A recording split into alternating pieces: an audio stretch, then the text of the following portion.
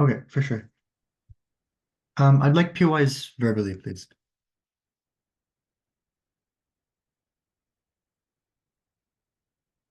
Speaker, I don't think that the feminist movement globally is a monolith, and I don't think it ought to pursue the same sort of pursuit of feminist goals and the same pursuit of standards as the one pursued in the Western world. With that in mind, I think that having this sort of movement in conservative areas focus on putting more pressure on men to adhere by modesty standards that we think in many cases they ostensibly already claim to believe in is a far preferable goal for women, but also a far easier goal to practically achieve to unlock those benefits. Very proud to propose. Okay, first some definitions and then two constructive arguments. I think the socially conservative aspect is the most important part in this motion. I don't think it's just like socially conservative areas in the West, but rather socially conservative areas across the world. So like huge chunks of the world are very religious and very traditional. And I think that's important in this motion. Okay, first argument then about why we think it's likelier to succeed when you try and extend these standards to men rather than remove them totally from women. Some characterization here. A couple of things to note about these socially conservative regions. First of all, the broad idea here is that they probably already ostensibly claim to believe in these ideas. They probably already say as men that they believe in, modesty standards for both men and women. There are a couple of reasons for this. First of all, in like religious areas that are socially conservative in the first place, organized religion often has a very, very strong structural hold. And organized religion in particular often has very, very strong norms about sexual morality, which it tries to impose, which it uses to impose upon people.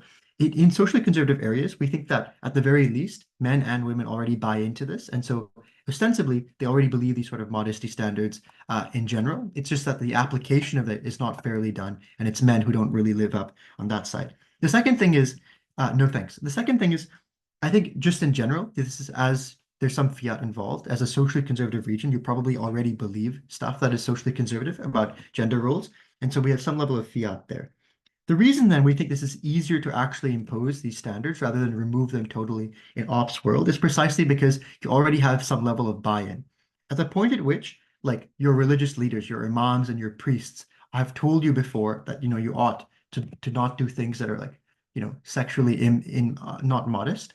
You're able to leverage that as the feminist movement because you can refer to people, people in hierarchy, people in positions of authority above you, above men in that society. What that means is that should the feminist movement push for modesty standards on men, there's actual consequences that they can use to leverage, right? There's some level of social ostracism that they can use against men who are particularly immodest, who, cheat on their partners quite frequently because they already buy into that framework and there's several levels of government and society that they can refer to. The counterfactual is really important because I think both side like obviously has the interests of women at heart. And so it really comes down to the side that's best able to unlock those benefits. The counterfactual, I think, is particularly problematic for a couple of reasons when it comes to actually practically unlocking these benefits. The first is that there's no sort of leverage, given that this is a very socially conservative region. There's no sort of governmental figure. There's no sort of like authority figure who's likely to side with you and therefore get some sort of, and get some sort of, retribution and get some sort of consequences for men who, for men who abuse women or who say things, who don't let women, pursue their own sort of standards. Whereas in our world, there actually are. The second reason is I think that the imposition of these values, the idea of these values being totally removed is one is likely to be viewed as foreign and not actually domestic. At the point at which like modesty standards for both men and women has already been proven to be things that ostensibly many people in these communities might believe, that's a much easier sell, we think, than telling people in these socially conservative areas that you ought to not believe in any modesty standards at all because that's a much more liberal and much more progressive view that we think is unlikely to be treated fairly. At the point at which the feminist movement adopts the latter view, you're likely to be conflated with like foreign movements, to be, a force of the West rather than a domestic, homegrown feminist movement. All that means it's actually harder to unlock change in opposition's world, precisely because there's no, mechanism to leverage, to put pressure on men in the first place, and because you're much more likely, we think, to be conflated with another movement, with foreign movements, because these aren't actually reflecting your actual values. I'll take closing up. Segregation in the United States was bad because it forced Black people to use inferior facilities. Would you have preferred the strategy of the Black movement to force white individuals to use the worse off Black facilities to implement change? I think that's a totally unfair comparison, and I'll tell you why. The first is the imposition of modesty standards is in many cases in these socially conservative areas, things that are considered ontologically good. Like if you're particularly religious, you tend to believe that, men and women should not be cheating and should not be adulting, and not be committing adultery. Number two, I think it's really unfair to claim that like believing that people ought to stay committed to their partners and not use like sexually explicit language is the same as actively believing in racial segregation. I think that comparison is ridiculous. Second argument then, which is more about like the goal of feminism and the actual effects of this thing. The first thing is I think that going back to the first principles of feminism and what's most important, I think that sexual standards are a potential goal. The loosening of sexual standards are a potential good and a potential goal of feminism. But there's something far more fundamental, which is that the fundamental goal of feminism is equality or equity, or at least some form of equality between men and women. What that means is the imposition of double standards as currently exists is the biggest issue in these communities, because that's how you get to the point where women are viewed as second-class citizens. Because when they do the same thing as men, they're treated differently, they're viewed differently. A couple of things here. First of all, clearly then on our side, we're pushing for the removal of those double standards. But crucially, our removal of double standards, as we proved in our first argument, is far easier to conceive of. It's far easier to get that on our side, given that we're asking men to behave in ways that they already claim to want to, versus opposition's world where they have to like get rid of these, import a totally different set of standards in the first place. The second part of this is that the removal of these modesty standards, I'm not sure is an ontological good in these communities. Like these are very, very conservative places, as I mentioned. I'm not sure why they want in the first place to not have to have sexually immodest rules in the first place. The result of that is I think we're better able to achieve the overall long-term goals of feminism because we've proven to you it's easier on our side to remove those double standards and to challenge them and to actually get some level of change. At the point at which we're able to prove that change is much more likely on our side because you're able to pressure men into not being hypocritical because they've already claimed to believe in these modest standards, we think you're able to better unlock good for all women. Very proud to propose. I thank the Prime Minister for that speech. Maybe have the Leader of Opposition make a case for the opening up.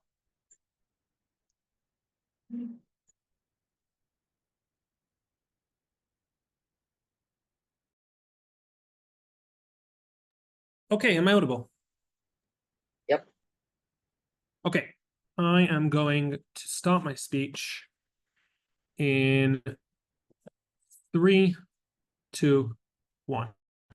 Two paths to victory. One, we're going to be showing why we actually get more buy-in on our side of the house, which means more women and men get access and are convinced by this message. And second path to victory is we're going to show why this is a significantly more important message whose impact is very large. Notice, even if at the end of the day, all we manage to show is that our impact is much more important, then we will still win the debate, even if they have more people who actually hear it, because the actual end impact on our side will be far larger. So like, for example, if a few more women are able to go out to work on our side of the house, whereas on their side of the house, everyone hears their message, but no women get to go out to work, we still win this debate. Cool. Before that, one point of rebuttal. We hear from Gov a case that says, we just want equality. 3 responses. 1, no, we don't just want equality. A couple of examples, right?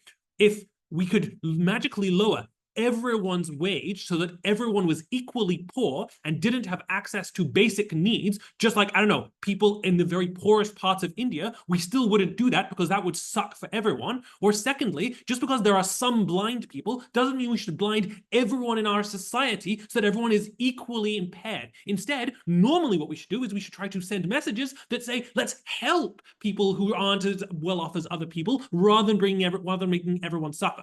But secondly, this also just doesn't create equality. Notice the logical link that they're missing, which shows that when you make men have these modest standards, something changes that is good for women. They didn't show that. I'm going to show a backlash from men. And thirdly, I don't understand why they aren't symmetrical, right? Men hate this on their side as well. Men don't like being told that they need to be modest, that they're not okay, etc. Stuff that I'll raise more. Cool. So they've lost this debate already. Why do we think that we actually have that advocating for the removal of modesty has far more resonance, or the more of the message gets across than when we advocate for extending modesty. So one is just international collaboration. We think that on our side of the house, we have far more international collaboration and external forces that will help us get our message across, even in the poorest of countries. Why is this? One, I think that the message on our side of the house is very easy for Western women to identify with. This is a core part of the feminist movement to a very large extent, and it ties into their existing narratives around suffragettes, around freedom from the sexualization of women, which is a very, very powerful message that often also ties into real problems that many women in the West feel they face today. Secondly, it's a very positive message, one that talks about hope, one that talks about the ability to change and to actually improve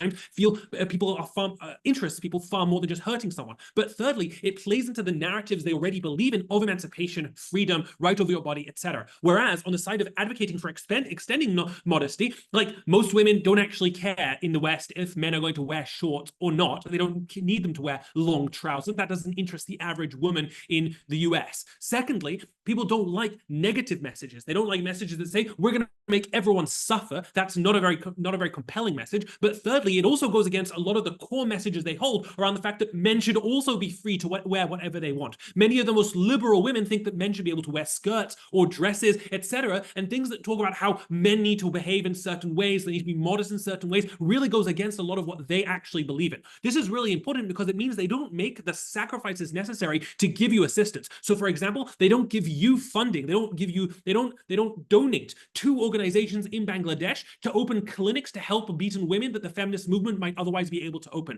They don't platform you on their social media or help you advocate internally with funding your Facebook groups or making those kinds of pushes. They don't push their country to tie political aid to specific demands for reforms with how women are treated. What? Which is what they do when they put pressure on, I don't know, Jill Biden or Michelle Obama, who then goes and talks to the president, or literally when they talk to President Biden and try to convince him to tie political aid to specific things. But fourthly, they also just don't come and volunteer with you. They don't come and open up and teach in your girls' schools or try to help in the ways that they can within your country. So you lose access to a huge amount of external aid that would be able to significantly change to how your country sees or behaves against women. But secondly, I also think that men are much more likely to buy in to a positive message. One, because it's consistent with the existing conservative message, right? Like, think about Maria Magdalena. She was literally a prostitute, right? We have the Kama Sutra, which emphasizes a lot about the sex and women being a part of that. We can integrate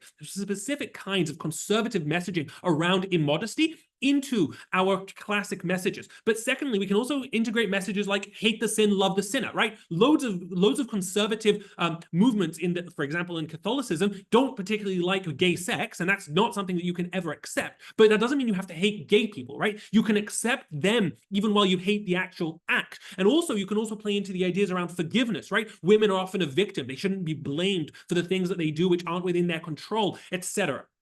But thirdly, you can also just put a message of decoupling from sexuality, right? Trousers are not because I want to be sexual, they're because I want to be free. I want to dress however I want to be comfortable. These are messages that often ring true because men themselves want to be comfortable. They want to be free, etc. What this means is that instead, on comparative, oftentimes this pays into the backlash of just feminism being hating men. And two, it's about bringing down men versus elevating women, right? Men today don't wear skirts because men today don't wear skirts because it's seen as being very unmanly, unmachoist, even though women, to a large extent, can wear pants in various places around the world.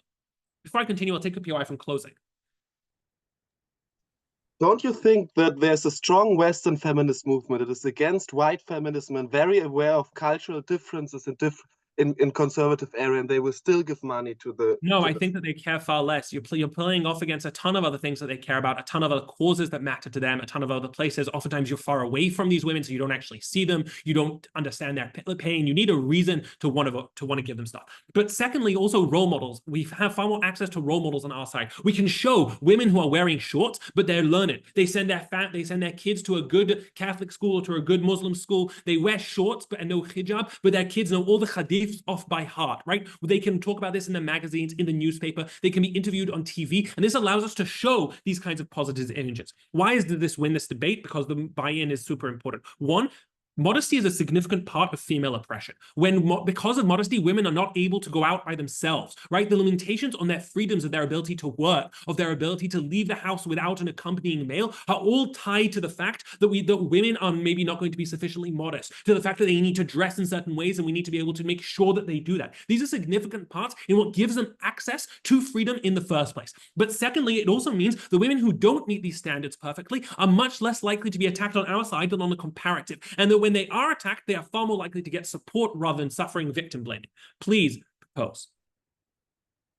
I thank the LO for that fine speech. Now to close off the opening up, maybe have the DPM.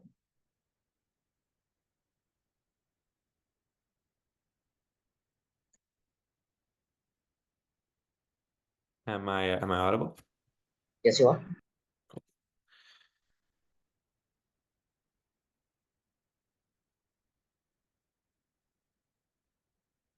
The principal flaw in opposition's case is that they do not actually prove that they have a ontologically superior understanding of what is best in a society. They tell you that, like, we are bringing women down, we are bringing men down, we are bringing society down, but they don't actually tell you why their values are inherently better in any way than a conservative society's values. And most importantly in this debate, they're total reasoning for why you're more likely to get buy-in is completely flawed. We agree that the ways to win this debate are twofold. One, which team proves that you get buy-in, that you're able to succeed as a movement, but two, who gets better outcomes in best case for women. Let's start to talk about equality. What did they tell you? They told you at the top of their speech that all we're advocating for are equally poor societies. The burden on them then was to prove that their values are actually preferable. We don't think that the goal of the feminist movement is to have women be able to have more sex, for example. The goal of the feminist movement is to create a society where there are equal conditions, or like equitable conditions, for women to succeed.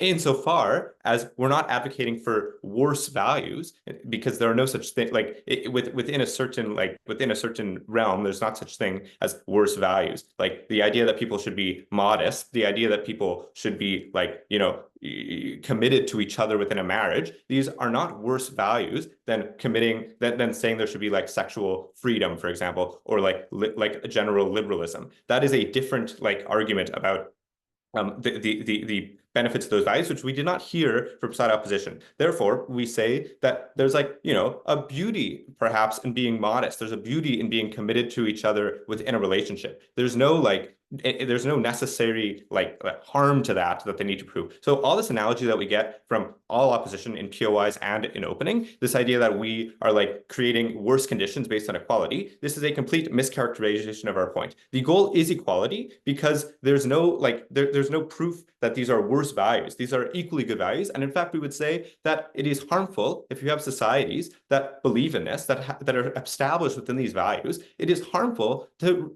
have a movement that attempts to remove these, especially because we get a lot of framing this debate about how this is inherently tied to Western pushes of funding. We think that this is deeply problematic when you say Western movements, Western organizations are pushing for the imposition of Western values that they don't prove are inherently superior. But then they also say that we don't create equality on our side. Why is this not true? And Vivek already gives you this analysis. It's because we tell you that the principal mechanism of the way that women are created in the cultural imagination as second-class citizens is through an unequal ability to mock them, to demean them, to say that there are different standards that apply to them. There are different standards that apply to women than men, and therefore women are different than men. Women do not have the same ability to be free. Women do not have the same ability to succeed because they are inherently different if they're treated differently within cultural rhetoric. We eliminate this by creating an equality between the way that in the cultural imagination, women are as men. These are universal values that apply to everyone. So you don't have this ability to constantly mock women for being sexual, having a sexual life. Rather, there's an idea that this is standard that applies to women and men, and therefore you eliminate this patriarchal mechanism to uniquely mock women, to uniquely demean women, and therefore create this imagination that they're second class, that they are inferior. We tell you this is a key mechanism, in fact, the key mechanism of the patriarchy. We're the only team to give you analysis as to why this is impactful, why this is actually something that's beneficial. And we tell you that insofar as we can eliminate this, insofar as we can get buy-in, this is the most preferable outcome. So why do we get buy-in? And we recognize that this is the main clash in this debate so far on opening half. Why do we get this? What do we hear from opening opposition? Actually, before I go into that, I'll take a closing POI. Note that what you're explaining right now is that suddenly this would change all other factors. Why is the patriarchy, gender imbalances, that women should stay at home, and all these other factors suddenly going to disappear as well? Yeah, so it's unclear why, like, we're talking about the ability to like sanction different values on our side or to promote different values on either side for men and women. That's the like mechanism being discussed in this debate. It's unclear on their side, and they haven't, no team on opposition has proved this, why you're uniquely able to get that on their side. First of all, as I'm about to prove to you, you don't get any change on their side, and therefore if we're able to get some degree of change, this is positive. But second of all, we like engaging in the best case, we would say that like we would simply say that like the ability to create this amount of equality is beneficial, is the benefit insofar as you have socially sanctioned ideals on either side. Like they can't tell you like on our side nothing is being imposed. Within a liberals sanctioned ideals. There are still ideals that are being imposed. If you are socially conservative, for example, there are ideals that fundamentally like are in conflict with what you believe in, which is the whole point of the first point, that these aren't like inferior values. So if you are opposed to these things, then you're still having ideals within society that are being sanctioned or that are being that are being sanctioned. Therefore, insofar as you get this on both sides, insofar as this is to a certain degree like on their side, also along patriarchal lines, insofar as we can have the importance then is that we have equal distribution of these ideals amongst men and women. That's the important mechanism of this debate, and opposition needs to tell you why that's not the case. It's like it's their burden, given that we've proven that. So, but why do you get more buy-in, which is a key clash in this debate? Well, I'll go into like what we tell you. Let's start with what they tell you. They say you're less likely to get international momentum. This is a deeply flawed point for a few reasons. One is that we already give you the analysis that the key harm on their side is that this is viewed as a Western import and unlikely to be like seen as successful. Behind me, as the sun rises on Canada, the sun sets on the West, so to speak. You know, like we see a Western world where the idea that Western values are being imported to largely conservative areas, largely like in developing countries like across the world, we see this idea that there's Western funding as not necessarily positive. We point, like they tell you about the mechanism of like, you know, political sanctions from in terms of aid for not following these ideals. We'd say that this has been hugely harmful to the queer movement in Africa, for example, where it has been seen as a Western import. Queer ideals, which are not a Western import, are seen as a Western import and therefore rejected by many like political African society, like African politicians. We also tell you that like on our side, you're less likely to get this sanctioning because these are inherently conservative societies. That's all we need to say. These are conservative ideals and inherently conservative societies. They give you this analysis about how people inherently prefer what like they're selling, but we tell you that we're already selling what people believe in, and therefore they're more likely to buy into it. It's a very intuitive mechanism that they haven't done nearly enough to prove, because we'd say that like the idea that they're more closely aligned with the West does not mean that they're more likely to get support from non-Western society so proud to propose. I thank the speaker for that fine speech. Now to end this top half, maybe have the dialogue.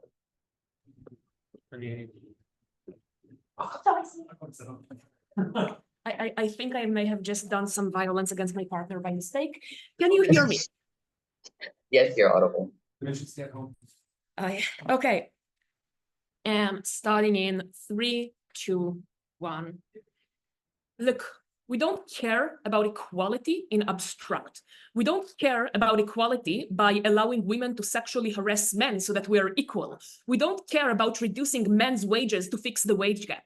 We care about women getting access to rights that are currently denied for them. And we don't see any analysis from opening government as to why creating this false equality by abstract gives any benefits whatsoever to women.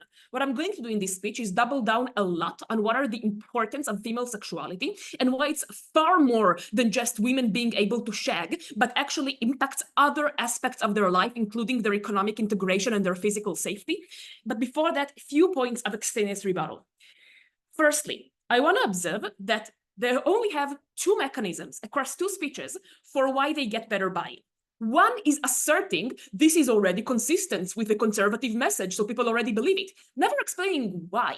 I don't think that many conservative messages tell men to cover up. I don't know any religion in which men need to hide their hair, like women wear headscarves in almost all monotheistic religions, because I don't think this is actually part of the current message. So I don't know why this mechanism is even true. Their second mechanism is saying, oh, but it is Western. One, I think they got it wrong. Western people imported homophobia to Africa. They did not try to make Africans less homophobic. The actual thing Ishai already shows, and they never engage, is that we are able to integrate local messaging into our explanations. We don't have to make it Western. When we go to Christian places that are very religious, we can talk about Maria Magdalena, who was Jesus' partner, but was also a prostitute. If Jesus forgave her, why can't you? If we go to South Asia, we can talk about the Kama Sutra, which in Hinduism is a religious text, but is also accepting very much of sexuality, including female sexuality. We can talk about things like hate the sin, love the sinner, which is already very popular in conservative societies. We don't know why we have to use a Western message. We don't have to be stupid about how we do it.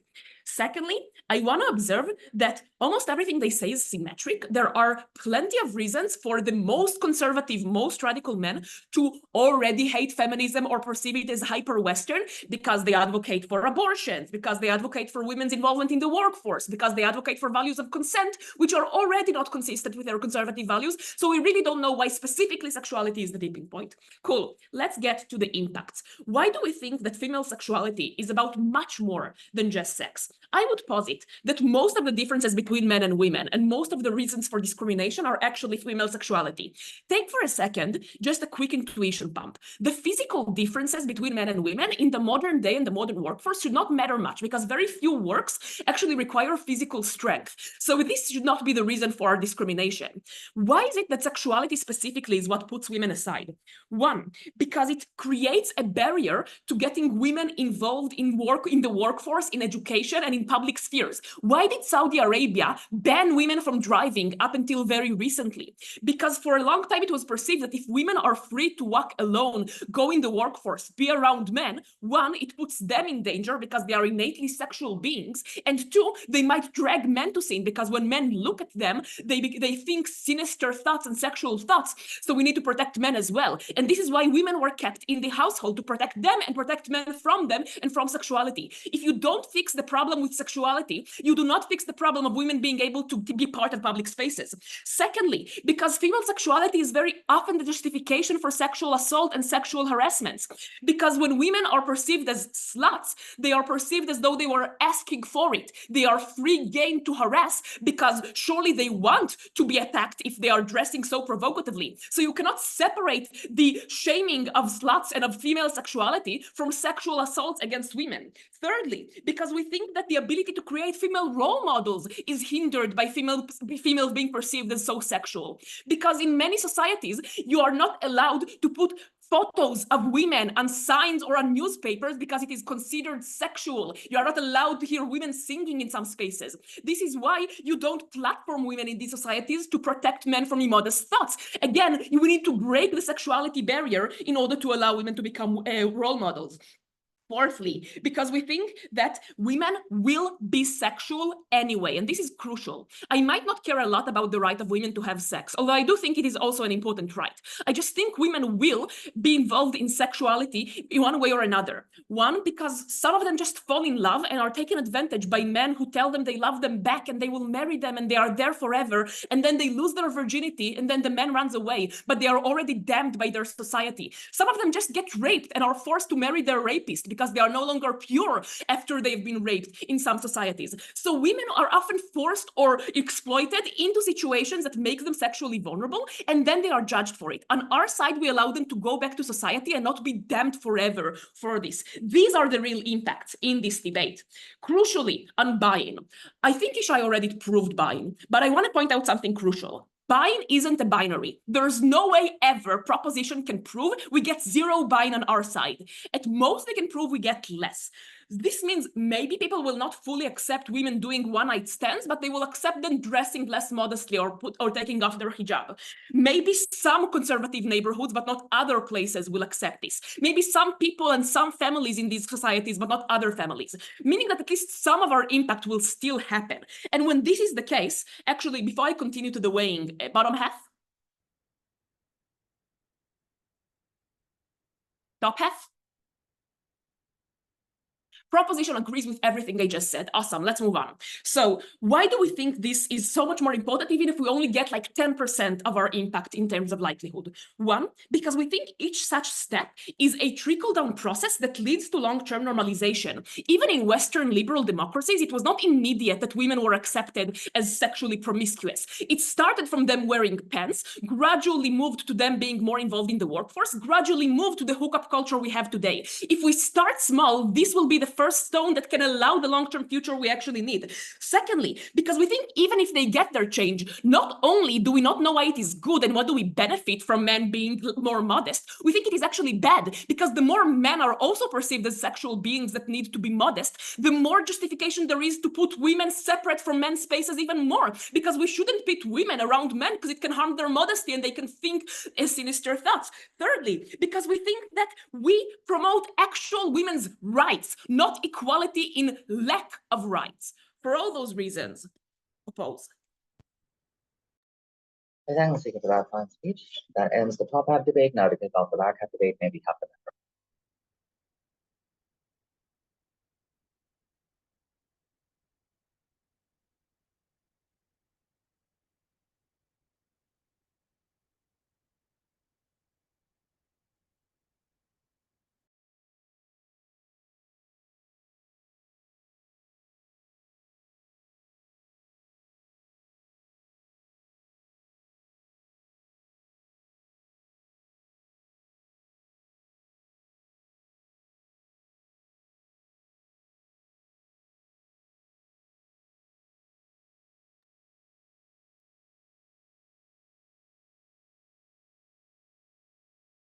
Both opening teams claim to show that societal norms change to a large extent. Note, we are in conservative areas. There will be huge backlash against real political change anyway. It's very difficult to achieve this change. Neither of the opening teams has achieved to show this. We show that the actual impact in this debate is that we have more feminist communities with more women going there, and that's their only space in these conservative societies that are hostile to women to talk about their struggles as women to society and to have a narrative that has a kind of catharsis effects against atrocities men commit every day.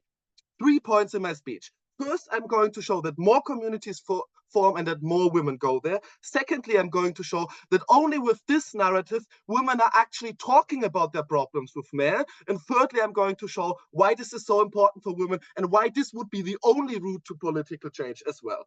First, more communities and more women will go there. Note, HUJI only gives very, very general points that it's kind of more buy-in because the value set is already similar. I give you 3 reasons that are specific to these conservative communities.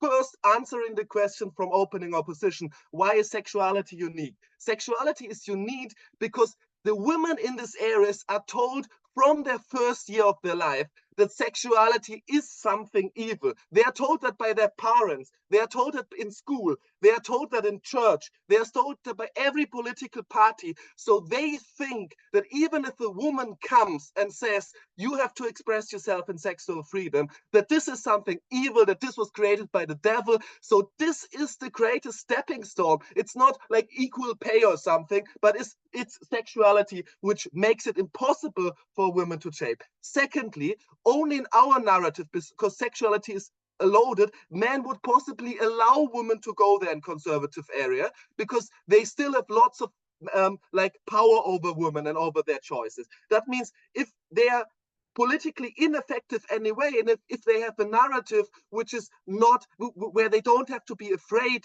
that they might start sexually expressing themselves tomorrow, they're probably more likely to say, oh, if in our church there's a feminist community, of course you can go there after mass. If in your our political party or in our village community where we are is the feminist community, of course you can go there with your neighbors. I know them, that's fine. Thirdly, more public areas will allow women to form the communities because they have incentives to do though. Note that it's also more than HUJI shows because they said only, oh, it's culturally aligned. First, religious communities have incentives to give women some prospect of feminism because they see Western feminist movements and they see that it might have attraction somewhere. So if they start first giving a kind of feminist opportunity, addressing some problem, they might take the step where they have lower costs. Secondly, political parties have incentives to get votes from women. If they create communities and create opportunities for women to fight for things that matter for them, they have an incentive to do so. And it's also thirdly important for societies to kind of make men behave. So women also play an important role in conservative societies because they kind of are looking that moral standards are upheld. So that means that there's an overall incentive to give women the opportunity. If that sexuality thing is removed, that's not that much of a problem because society doesn't have to change that their kind of moral system arose. So they will be more likely to do that. And then women will go there because and they will have the opportunity to go there in areas where there's no other opportunity. Secondly, women are more likely to talk about problematic behavior in men. Why is this? If the feminist movement, and no, that would be maybe 3 or 4 people then in that conservative area, if they glorify sexual freedom, even if you would go there, it's very difficult to talk about things that are kind of like that they criticize about the sexual freedom of men, because that's what they really care about. They care about the sexual harassment, about the rape O was talking about. So, and that's a struggle every woman has in this area. And if you can't talk about this because you think that sexual freedom is kind of glorified, and even if you come there for the first time and they glorify the sexual freedom, you think you are not even allowed to talk about this in the only space you would have in that society, opening opposition. Your whole analysis on why the religious community wants to collaborate to some degree with the feminist movement is symmetric once we already analyzed why we are able to integrate religious messaging into messaging that is sex positive. No, the problem is that if you are a religious community and you propose, for example, monogamy and virginity, and then women are starting to say that's something we want to break out, and if you consider that as evil, then that's a red flag for these communities, and they won't allow them to form. How do women support each other? And that's the third point. First, they can talk about sexual harassment in the community. No, they have no other places in conservative society because they are highly ashamed talking about that, because that shouldn't matter. Their man wouldn't be a good husband if he does that. So they are ashamed even to talk to their best friends. Second, there are no psychologists in these areas. And even if there are psychologists, you wouldn't go there because that's kind of Western, Western, blah, blah, blah. Yeah, so that means the only thing would be that space, and talking about these experiences is so important for them because they are traumatizing and you have to deal with them in some way. And then you can start talking about other difficult issues as well. How is your behavior to your husband? How is your behavior with other men in the community? And then you can also start forming small actions if there's, for example, problematic men. And then if you are included in some kind of community, for example, and there's one man behaving problematically in church, and you can talk to the priest there and exclude them from that community and act against them, because the priest also knows you, then you start also creating some kind of change in that community. But that's super important, because 5 men that are behaving like assholes can destroy the lives of 50 women. If this community manages to prevent that they are doing it, then this will help the lives of women that better. Secondly, the narrative also has some kind of catharsis aspect. You can kind of just talk about men, fuck yourself up about them. No, this impact has high certainty. We prove to you that impact. It's large for the life of women in an area where there's no liberal change in prospect. I thank the speaker for that fine speech. Maybe have the member of opposition kick off the opposing opposition case.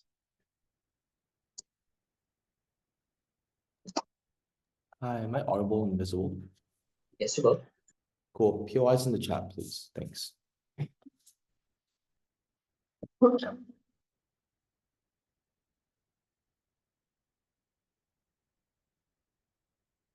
Many Muslim communities in Iran and Saudi Arabia have adopted the mantra, heaven lies at the footstep of your mother, to engage in Muslim feminism, to work within religious institutions to impose a great degree of change. I'm uncertain why feminists have to do this in the most stupid way possible, as government bench tries to claim. I will actually prove the contrary in my speech, differentiating ourselves from OO. Taking out HUJI, the POI I asked was quite simple. Why do you have to bring everyone down in order to have any form of change through segregation as an intuition pump? I think they inadequately dealt with this. Firstly, I think it creates a great degree of resentment from men because this is more proximate things towards them. Being able to like walk out in the street in like boxers, not boxers, like swim trunks, etc., being able to reveal skin are things that men are socialized into believing they ought to deserve. This goes against that, creates resentment. Second, media is owned by men. Media is going to likely scapegoat, ridicule, smear campaigns against the feminist leaders. They're more likely going to have a great degree of backlash, say they are infidels, etc.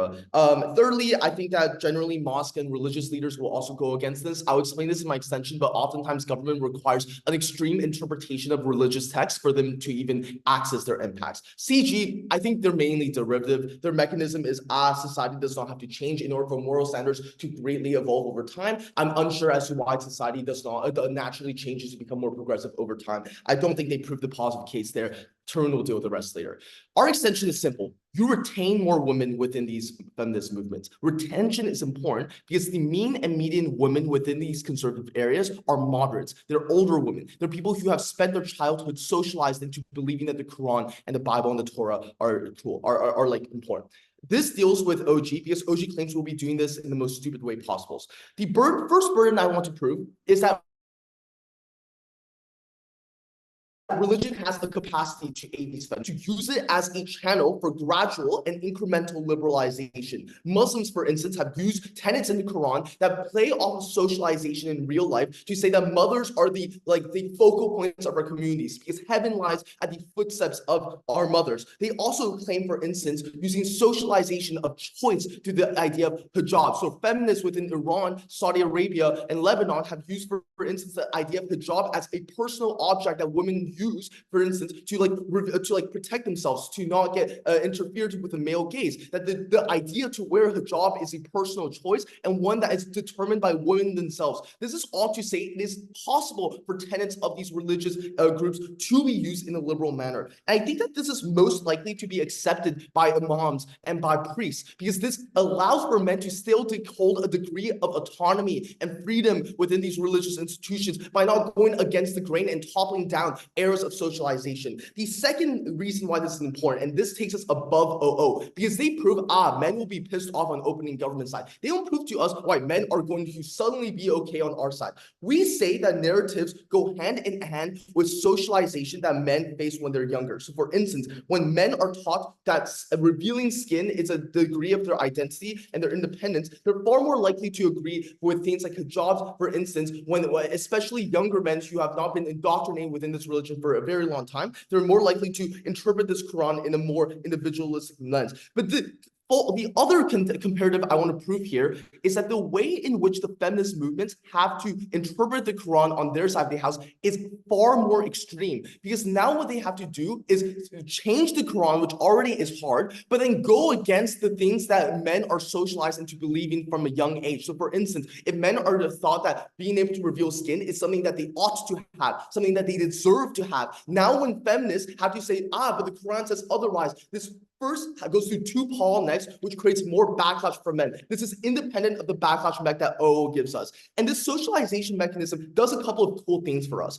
Firstly, for government worlds, it creates a unique form of backlash. That's to say, it's a right that's taken away. Secondly, and this is important, you do not piss off traditional institutions, but rather work within them by gaining low-hanging fruits and the impacts from there. And the contextualization I want to explain here is simple. On their side, and a trigger warning, I will mention sexual assault. If a man sexually assaults someone, they get mocked for being sexually promiscuous or provocative.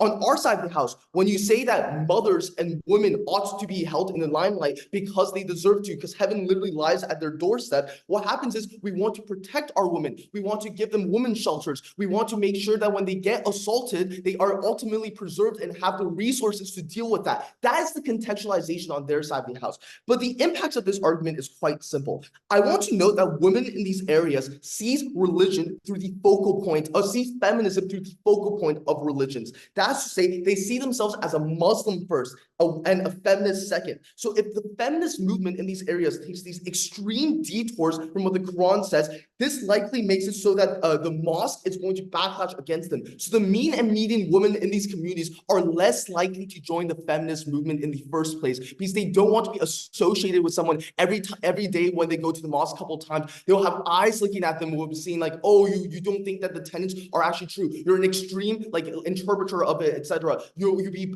stigmatized and ostracized by your community. Before I move on to my second impact, I'll take a POI from OG. Yeah, like, you know, Orthodox Jews believe that women are like technically superior to men, but they still, because they exist within a patriarchal understanding, treat women as second-class citizens. The only way to achieve change is to have equality. You're literally making everyone second-class citizens, bro. Like I don't understand how you like emphasize any form of change on your side of the house. It's not like equality to the highest degree. It's equality to literally the bottom of the barrel. All right. The second impact is simple. A lot of religious groups creates charities, right, and support for women, for food kitchens for homeless women, clothing charities for homeless women. Now these women are less likely to join the feminist movement because they do not think that they'll be able to access these charities for them. But the second impact of this is that, you know, like religious groups are just not going to engage in charities for women as a whole. Thirdly, communities are likely to accept the feminist movement from more liberal areas. I don't understand opening half why they talk about Western feminists. It's probably going to be feminists from like Delhi or Tehran, right? So they're more likely to accept scholarships for women to gain employment opportunities in these areas because now they see the feminist movement as one that's acceptable with religion as a whole. The negative question you might have at this end of the day is the comparative. Why men in these areas are going to accept this? I think in debate world, we debate that women in conservative areas are just shackled to their beds and unable to move. No, these are people that are important in these communities. These are mothers, these are sisters, these are teachers, these are mentors. The respect for women has been hidden behind layers and layers of religion and of traditionally conservative institutions. We help tap into that respect through a meaningful way. Proud to oppose. I thank the speaker for that fine speech. May we have the dog whip close the case for CG.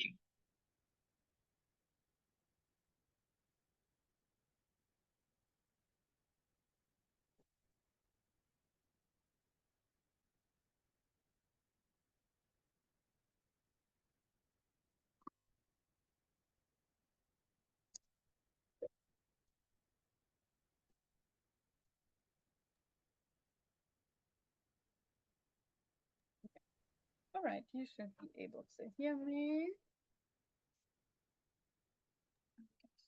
My timer.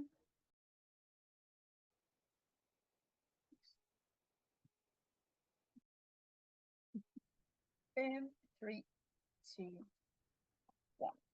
Let me begin by talking about CO, right? And the case they've just brought. If I understand them correctly, a lot of their case hinges on our side of the house and what Manuel and OG to an extent already has brought to you, going against religious texts. I don't think it is that clear that that's actually the case. I think in most religion, these religious texts are rather vague and are constantly being interpreted and reinterpreted in numerous ways, but the way that they are phrased, it's still more easy to say the existent narrative that we have, which is modesty mainly for women and to some extent for men, we apply this narrative and broaden it to include another group of people, which is men, rather than to say this narrative that definitely is in the text for women is abolished. I think it's pretty intuitive to see why that is much more likely to generate backlash among institutions, to generate backlash amongst the population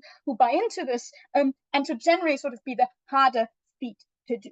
I think that's the first point, right?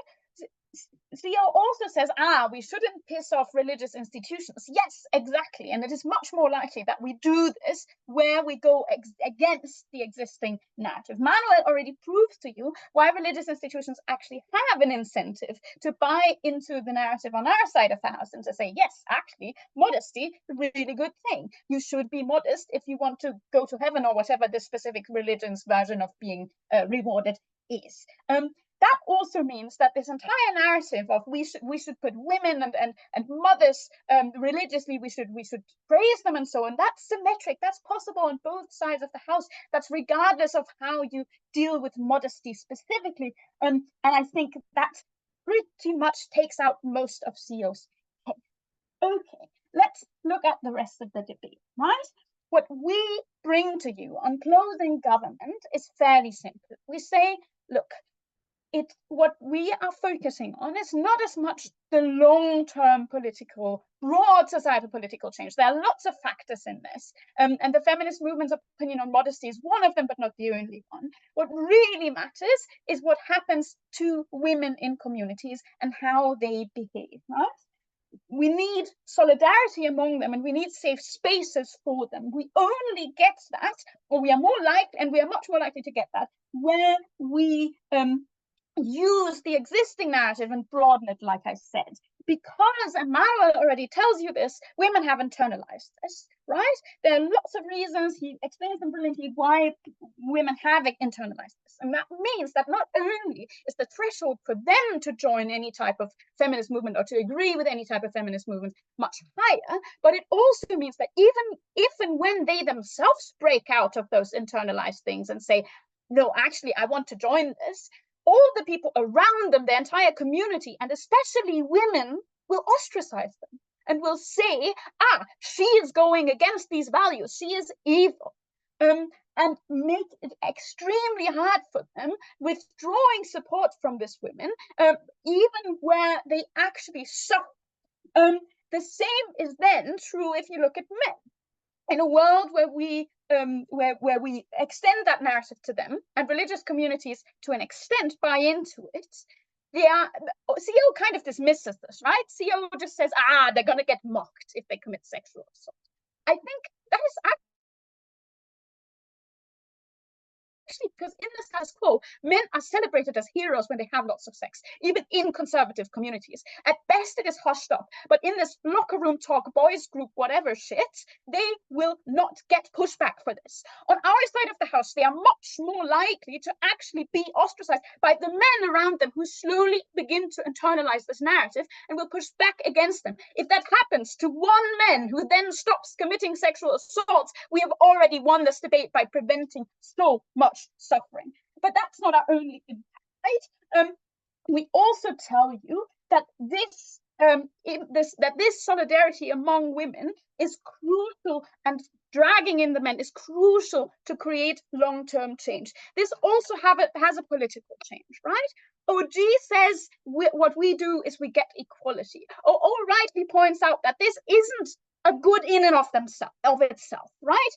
But we can show to you that because feminist communities become part of political movements, for example, become part of religious institutions, of village communities, Manuel shows all of these things, the men in these communities are more likely to have to engage with this and to have to engage on a level that goes beyond just saying, these Western crazy people asking for it, right? This is also and especially true in 4 cases of victim blaming, because says, what we are going to do is we're going to enable victim blaming. I think it's quite the opposite. This is something that is on your side of the house will still happen from men who don't buy into the narrative and from women who don't buy into the narrative because it's so alien to them and they internalized all of these values. Whereas on our side of the house, they will actually have to engage with this that is in line with their own values. Before I run out of time, opening.